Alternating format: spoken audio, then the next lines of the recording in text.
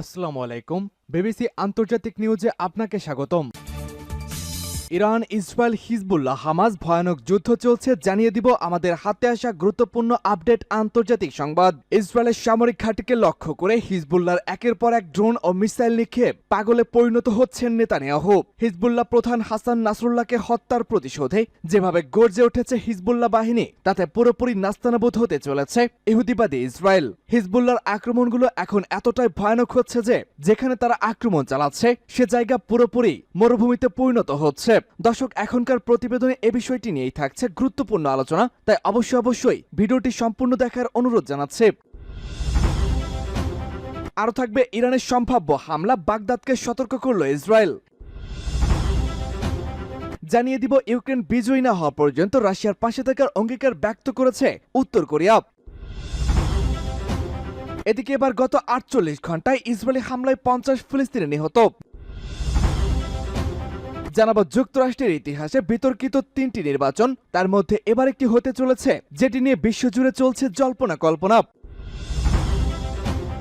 এবং সর্বশেষ জানিয়ে দিব ইসরায়েলের সাময়িক যুদ্ধবিরতির প্রস্তাবকে সাফ নাকচ করে দিল হামাস। তবে কি ফিলিস্তিনকে বিজয়ের জন্য চূড়ান্ত যুদ্ধের প্রস্তুতি নিচ্ছে মুসলিম বিশ্ব?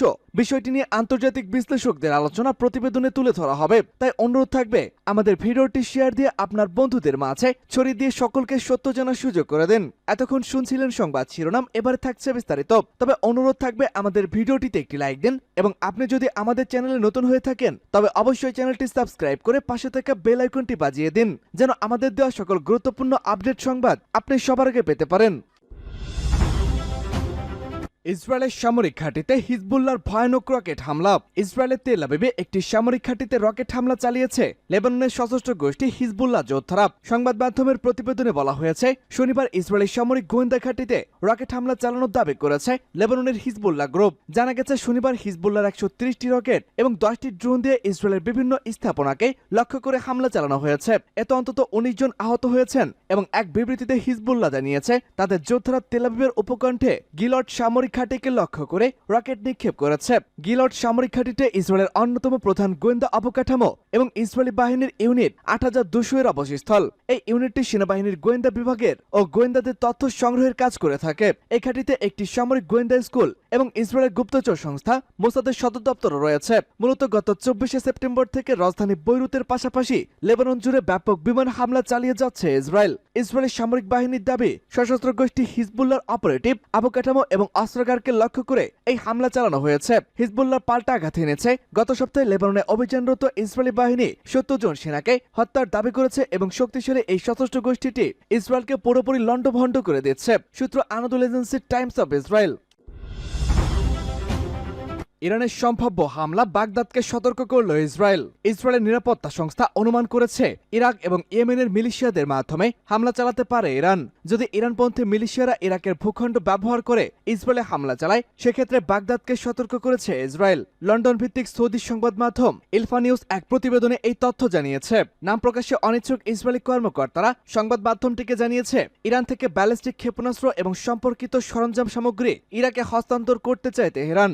ইসরায়েলের উপরে সম্ভাব্য আক্রমণে এসব ব্যবহার করা হতে পারে বলে ধারণা করা হচ্ছে। প্রতিবেদনে বলা হয়েছে, ইরান সমর্থিত মিলিশিয়াদের ঘাঁটির পাশাপাশি ইরাকের বিভিন্ন গুরুত্বপূর্ণ লক্ষ্যবস্তুগুলো পর্যবেক্ষণ এবং নিশ্চিত করছে ইসরায়েল। একই সঙ্গে ইসরায়েল বাগদাদকে সতর্ক করে বলেছে, অবশ্যই মিলিশিয়াদের লাগাম টানতে হবে, আক্রমণ চালাতে ইরাকি ভূখণ্ড ব্যবহার করা থেকে বিরত রাখতে হবে। অনেক বিশ্লেষকদের মতে ইরান ইরাকে ব্যবহার করে যুদ্ধকে নিজের ভূখণ্ড থেকে সরিয়ে নিচ্ছে। এ নিয়ে ইরাকি সূত্রগুলো গভীর উদ্বেগ প্রকাশ করছে।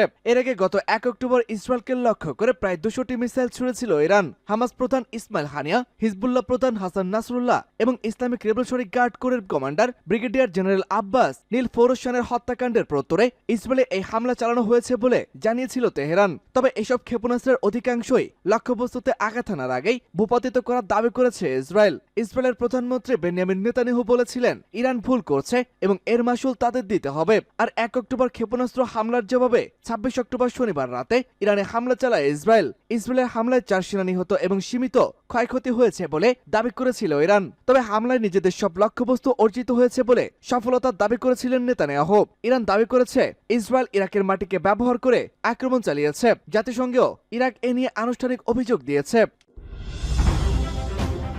ইউক্রেন বিজয়ী না হওয়া পর্যন্ত রাশিয়ার পাশে থাকবে উত্তর কোরিয়া। এবার উত্তেজনা বাড়িয়ে ইউক্রেনের জয়ী না হওয়া পর্যন্ত রাশিয়ার পাশে থাকার ঘোষণা দিল পরমাণু শক্তিধর রাষ্ট্র উত্তর কোরিয়া। শুক্রবার মস্কোয় এই ঘোষণা দেন উত্তর কোরিয়ার পররাষ্ট্রমন্ত্রী। উত্তর কোরিয়ার পররাষ্ট্রমন্ত্রী চোয়ে সন হুই এমন ঘোষণার সময় রাশিয়া সফরে গেছেন যখন যুক্তরাষ্ট্র দাবি করেছে যুদ্ধে অংশ নিতে উত্তর কোরিয়ার 10,000 সেনা প্রস্তুত। রুশ পররাষ্ট্রমন্ত্রী সের্গেই ল্যাভরভের সঙ্গে আলোচনা চেয়ে সন বলেছেন, বিজয়ের আগ পর্যন্ত আমরা রাশিয়ার পাশে দৃঢ়ভাবে দাঁড়াবো। প্রেসিডেন্ট ভ্লাদিমির পুতিনের নেতৃত্ব নিয়ে উত্তর কোরিয়া কোনো সন্দেহই নেই সম্প্রতি দুই দেশের মধ্যে পারস্পরিক সহযোগিতামূলক চুক্তি হয়েছে। এদিকে মার্কিন পররাষ্ট্রমন্ত্রী অ্যান্টনি ব্লিংকেন জানায় ইউক্রেন সীমান্তে উত্তর কোরিয়া প্রায় 8,000 সেনা এরই মধ্যে মোতায়েন করেছে। মার্কিন পররাষ্ট্রমন্ত্রী আরো বলেছেন, যুক্তরাষ্ট্র মনে করে উত্তর কোরিয়া রাশিয়ার মোট 10,000 সেনা পাঠিয়েছে। ইউক্রেন সীমান্তে তাদের পাঠানোর আগে সব সেনাদের রাশিয়ার প্রশিক্ষণ দেওয়া হচ্ছে। এদিকে যুক্তরাষ্ট্র দাবি করেছে রাশিয়া ও উত্তর কোরিয়ার পক্ষ থেকে এখন পর্যন্ত বিষয়টি অস্বীকার করা হয়নি। গত 48 ঘন্টায় ইসরায়েলি হামলায় 50 ফিলিস্তিনি শিশু নিহত। জাতিসংঘের শিশু বিষয়ক সংস্থা ইউনিসেফ জানিয়েছে, গত 48 ঘন্টায় জাবালিয়া এলাকায় ইসরায়েলি হামলায় 50 জনের বেশি শিশু নিহত হয়েছেন। রোববার কাতার ভিত্তিক সংবাদ মাধ্যম আল জাজিরার এক প্রতিবেদনে এই তথ্য জানানো হয়েছে। প্রতিবেদনে বলা হয়, ইউনিসেফের নির্বাহী পরিচালক বলেছেন, পোলিও টিকাদান কর্মসূচি চলাকালে শনিবার সকালে ওই হামলায় ইউনিসেফের কর্মীদের একটি গাড়ি ক্ষতিগ্রস্ত হয়েছে। সৌভাগ্যবশত কোনো কর্মী আহত হয়নি। এই ঘটনায় তাকে গভীরভাবে আহত করেছে বলে তিনি জানিয়েছেন। তিনি আরো বলেছেন, জাবালিয়া গাজায় বেসামরিক লোকদের উপরে যে নির্বিচারে আক্রমণ চালানো হয়েছে তার উদাহরণ হলো পোলিও টিকা কেন্দ্র এবং ইউনিসেফের কর্মীদের উপরে হামলার ঘটনা। প্রতিবেদনে আরো বলা হয়েছে, এ নিয়ে গাজায় নিহতের সংখ্যা 43,311 জনে উপনীত হয়েছে। এছাড়াও গত 24 ঘন্টায় অন্তত 186 ফিলিস্তিনি নিহত হয়েছেন। ফলে আহতের সংখ্যা প্রায় 1,02,019 জনে দাঁড়িয়েছে। সূত্রটি আরো জানায়, যেসব ফিলিস্তিনি নিহতের খবর পাওয়া গেছে বা হাসপাতালে মারা গেছে তাদের ভিত্তিতে কেবল এই সংখ্যা উল্লেখ করা হয়।